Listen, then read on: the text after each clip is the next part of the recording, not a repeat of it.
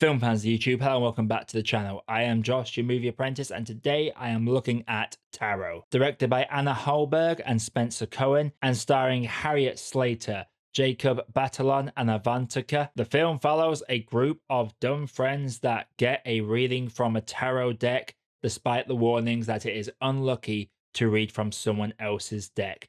And because of that, they unleash an evil from these cards that begins to hunt down and pick them off one by one. Before I get into my review, if you like seeing our channel, click that like button and subscribe for more video reviews that's coming all the time. Without further ado, let's jump right into the review. So Tarot, I'm not gonna sugarcoat it. This is not a good movie, like at all. This is not good. A few years ago, it felt like we had a string of PG-13 horror movies that lacked any scares, any tension, and everyone was just a body to be made at some point during the film's runtime. Films like Truth or Dare, Wish Upon, Fantasy Island, there was a run, at least one film a year would come out that was just the most generic of horror movies going. And for a while, I thought we were past that generic kind of PG-13 horror movie, especially with the strong showing that we have had for horror over the last couple of years. But unfortunately, 2024 has been a year of very mediocre and bad horror movies outside of Immaculate and Abigail. Yes, I acknowledge Stop Motion and Late Night with the Devil have also released this year,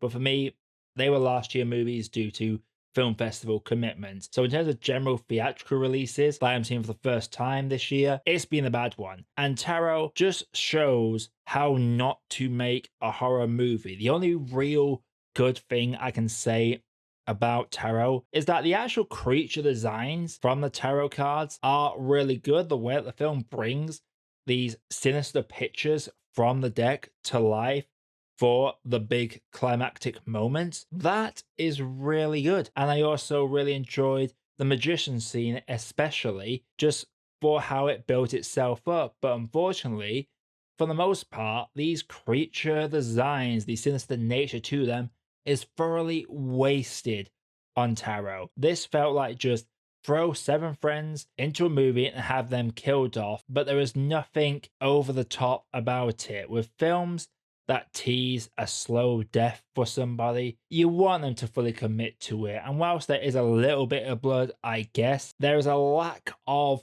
scare when it comes to these sequences. And I think the big part of that is the fact that I didn't care about any character in this. Literally, I think I could name 2 of the characters, Paxton and Paige, I believe. And one, it was purely because the name was said so much.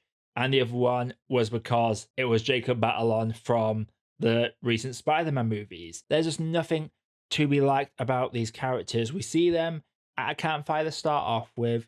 They go into a house, find the tarot deck. It's a casual mention that one of them is into tarot and can read tarot, and one person's got a birthday, so she must read for him, and that's it. There was no build up. We found out that 2 of them have broken up recently. 2 of the characters are into each other, but won't do anything about it yet. It's very surface level. Everyone's given one character identifier, and that is it. That is all we get from them. And when the bodies start dropping, the film wants us to care about these characters. Have your characters care about each other first, because they will literally be mourning the death of their friends, having to go at someone for casually dismissing their friend's death as an unfortunate couple of days, to ripping into another one of their friends because they are talking too much. It's very jarring. Is this film a horror or is it a comedy? The film does not know. For every scene that tries to build up a terrifying sequence of scares, it also gives us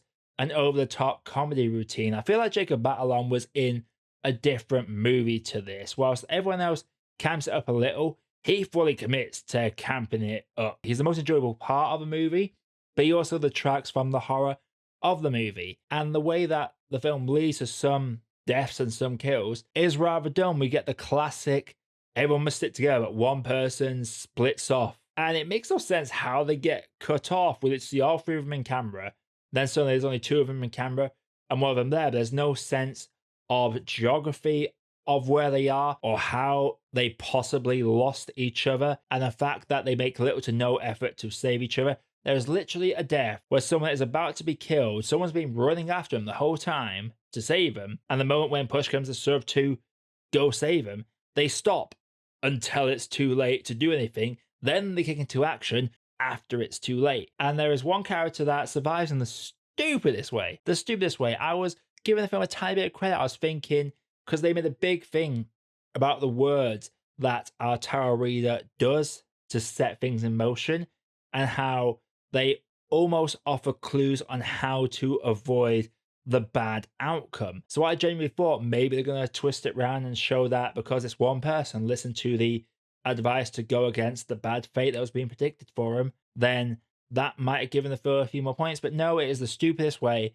a character can survive. You're waiting for them to return because they do the old cut away before the death, so you know in your heart that they are alive, because why would they not show the death? You expect them to fulfill the positive part of their reading at some point, but they just shoehorn at the end and be like, yeah, this is that positive thing. It's mind-blowing. Honestly, it is mind-blowing how this movie could be so bad. Now, granted, I get it. Like, how do you make a tarot reading so scary? I'm hoping this gets like a Ouija sort of prequel at some point, because there was a string of movies. You had the Ouija movie, that was bad. Then Origin of Evil came out, and that was a banger. Same with Annabelle. Annabelle 1 was bad. Annabelle Creation was really good. I hope that a couple of years down the line that tarot gets some sort of prequel, probably starring Lulu Wilson, to make this concept interesting, entertaining, and actually scary, because tarot on its own is one of the weakest movies I have seen this year. The only reason it doesn't come lower than some other movies on my list for the year is because it didn't anger me as much. It wasn't good enough to care about enough to be angered by it. It's just there. It's a horror movie, but as just an outright horror with good characters, good story, good monster designs, and good scares, this fails on almost every level. Like I say, the creature designs is the only things saving this movie. Before I get into my grade, if you like what you're seeing on the channel, click the like button and subscribe for more video reviews that's coming all the time. So tarot has some good creature designs. That is all I can really say positive about it. One thing I forgot to say in the main bulk of this review is the first death is passed off as a tragic accident, but I fail to see how getting bludgeoned multiple times by a blunt object can be seen as an accident in any way, shape, or form. I genuinely don't know how these cops in this movie would assume that based on what we saw the cause of that character's death to be. That just summed up the movie. I checked out within 5 minutes. Within 5 minutes, I knew it was going to be a bland script, paper thin characters, bland deaths and kills that think that chucking a bucket of blood at a piece of glass on the camera will justify the shock value of this movie. Honestly, tarot just fails on any level for me, and I'm gonna have to say that for me, tarot is just boiling water. So tarot, have you seen it? If you have, let me you thought down in the comments below. Again, you like seeing the channel, click the like button and subscribe for more video reviews that's coming all the time. But without further ado, I am Josh, I have been your Movie Apprentice, and I'll see you all in the next video.